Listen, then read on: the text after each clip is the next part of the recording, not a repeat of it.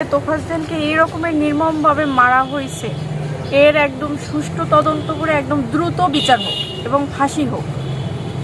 যত সর্বোচ্চ মানে বাংলাদেশের সর্বোচ্চ যতটা শাস্তি হোক আছে সেটা হোক, কারণ এই রকমের তোফাজ্জল যেন পৃথিবীতে আর কোনো মানে শেষ না হয়। মা বাবা মারা গেছে, ভাই মারা গেছে, বেরেন একটু আউট, ঠিক আছে, এজন্য তো তারে মারি ফেলানো যাবে না। হয়তো করতেই পারে টাকা, সামান্য কিছু হয়তো কারো কাছে টাকা চায় 50 টাকা, কারো কেউ ভাত খাওয়ায়, এবার হয়তো এই জন্য তারে মারি ফেলানো যাবে না। তো নরমাল মাথা ওরে আপনি চিনেন কতদিন? আমার এলাকার মানুষ, আমার থানার মানুষ, আমার গ্রামের মানুষ। ওর আব্বার সাথে আমি একাত্রে, ওর আব্বা যখন জুতার দোকান দিত, আমরা তখন দোকান দিতাম, একই সাথে বসবাস করছি। ওর আব্বা খুব ভালো মানুষ, ওর চাচা আছে ফজলুর রহমান, খুব ভালো মানুষ। ক্লাস 2 থেকে ক্লাস 10 পর্যন্ত লেখাপড়া করছি এক ক্লাসে। আমরা সবাই একই ছাত্র ছিলাম, একই ব্যাচের।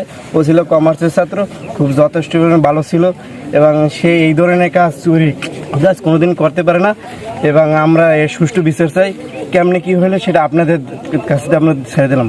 নির্মমভাবে যে মানুষগুলো মারছে, ওর যদি হয়তো কোনো না আশ্রয়স্থল থাকতো তাইও ঢাকা যেত না, এভাবে আজকে এই পরিস্থিতির শিকার হতো না। কারণ যার কোনো আপন মা নাই, বাপ নাই, ভাই নাই, আছে শুধু একটা ভাবি, সে তার মতো করে সে থাকে, সে তো ওর দিকে লক্ষ্য রাখতে পারে না, সে তার মতো করে থাকে, তার স্বামী নাই। সেক্ষেত্রে ও ঢাকা গেছে, এলাকার মানুষ কেউ জানে না। আমাদের এলাকায় আমাদের সাথে অনেক সময়, আমরা তার ওর বড় ভাই, আমাদের অনেক সময় তুই করে কথা বলছে, কবির যাও কোথায়, কি করো, আমরা হয়তো বা গায়ে মাখি নিয়েছি, ওর বড় ভাই আমাদের ছোট, আমরা কিছু বলি নাই। কিন্তু দূর অঞ্চলের মানুষ বোঝে নাই। আর ঢাকা বিশ্ববিদ্যালয়ের যে ছেলেরা কাজ করছে আজকে, তারা পাশ্চাত্যের অক্সফোর্ড বলা হয় ঢাকা বিশ্ববিদ্যালয়কে, ওই কয়টা দুর্বৃত্ত শিক্ষার্থীর কারণে আজকে টোটাল ঢাকা বিশ্ববিদ্যালয় মান সম্মান, বিশ্বের মান সম্মান হারিয়েছে, কলঙ্কিত হয়েছে। এজন্য আমরা ওই ছেলে কয়টার আমরা ফাঁসি অথবা ওদের একটা ফায়ার স্কাডে গুলি করে হত্যা করা হোক, আমরা এই পাথরঘাটা বা বরগুনাবাসীর পক্ষ থেকে আমরা এই আহ্বান জানাচ্ছি আপনাদের মাধ্যমে। রাজপথে তো ছাত্রলীগ ছাত্রদল সবসময় একসাথে কাঁধে কাঁধ মিলিয়ে আন্দোলনটা করেছি। সে ওইভাবে আমাদের সাথে যে প্রতিহিংসামূলক রাজনীতিটা সে কখনোই বুঝতো না এবং আমাদের মানে সম্পর্কটা ছিল বন্ধুত্ব সুলভ।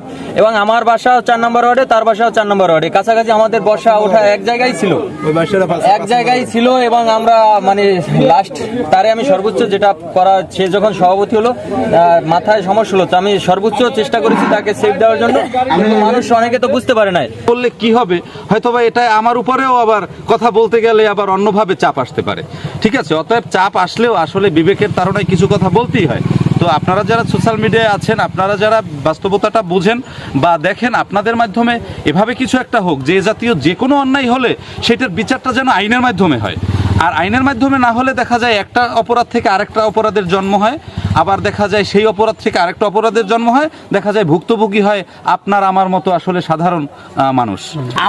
আমার রুমে থাকতো, কোনোদিন এক গাছ কুটা 2 গাছ কোনো হাতেও নিত না, আরও পরিষ্কার করে আসতে ধারে রাখতো। যদি কোনো কিছুর সময় চাবি থাকতো, টাকা থাকতো, ভাই আমি টাকা ফেলাই গেছেন, এই নেন এই টাকা। এইভাবে ও একটা স্বভাব চরিত্র, একটা ভালো একটি ছেলে ছিল, ওর মতন এই ভালো ছেলে কিন্তু না। কিন্তু বুঝলো না শিক্ষিত আমাদের বাংলাদেশের সেই নামকরা শিক্ষাবিদ দাবিতে, সে বুঝলো না তারা শিক্ষিতরা সুশিক্ষিত হয়ে যারা দেশ চালাবে তারাই আজকে। তারপরে আমি ওষুধ কেনার পরে ওরে আমি টাকা দিছি, ও টাকাটা নিয়ে চলে গেছে।